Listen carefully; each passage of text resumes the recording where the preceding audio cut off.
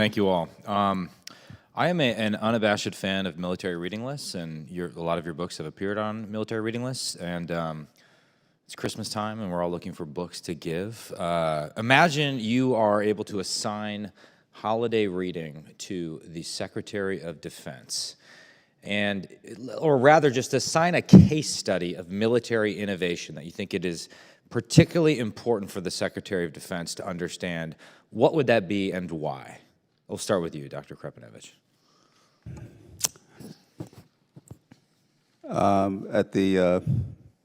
You can't assign your own book, sorry. Yeah, can't assign your own books. That's why I said case study. I would, I guess one of the books I would assign would be Dr. Herman's book on Freedom's Forge. Because you can really, in reading that book, get a clear understanding of just how different things were then relative to the way they are now, and just how much effort and what kind of organization went into creating the Arsenal Democracy or Freedom's Forge. So that would be a book I would recommend. A case study I would recommend would be Nick Lambert's book, Sir John Fisher's Naval Revolution. Basically, it talked about how the world's global power at the turn of the 20th century, Great Britain, was challenged by a rising power in the form of Germany. So there's a similarity there. You know, we're the dominant power, China's the rising power. And Britain faced a number of what I would call operational challenges. So it was how to protect the empire, how to protect commerce throughout the empire, commerce to an island. There were military technologies that were advancing at a rapid rate. Submarines were being introduced, torpedoes, undersea communications cables, wireless.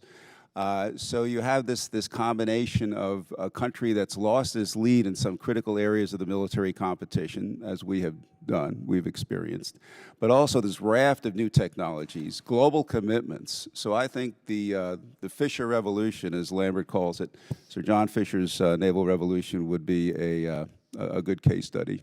Dr. Herman, and you're not allowed to recommend one of his books. No, you're not allowed to. Sorry. We'll just assume you would have, in the interest of time.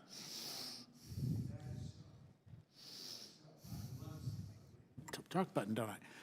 If that is so, then what I will do is mention, I think, two titles that I think bear on the long view with regard to these issues, particularly, if you like, on the political and economic background within which these sort of patterns of disruptive innovation take place.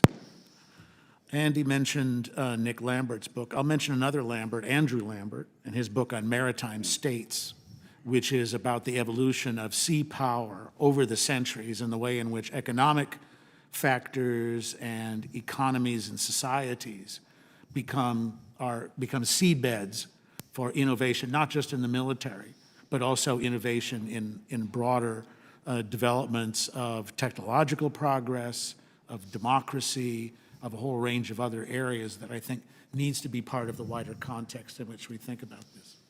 Then I'm going to recommend another book. This is by an economist by the name of Adam Tooze. It's called The Wages of Destruction, The Making and the Breaking of the Nazi Economy. And I mention this because that book, too, is about disruptive innovation. In this case, of how Germany's or Hitler's grand designs for dominating Europe and for creating a Europe dominated by a master race had the disruptive effects on the economy and made it really impossible for Germany to sustain the kind of war effort that it eventually found itself drawn into.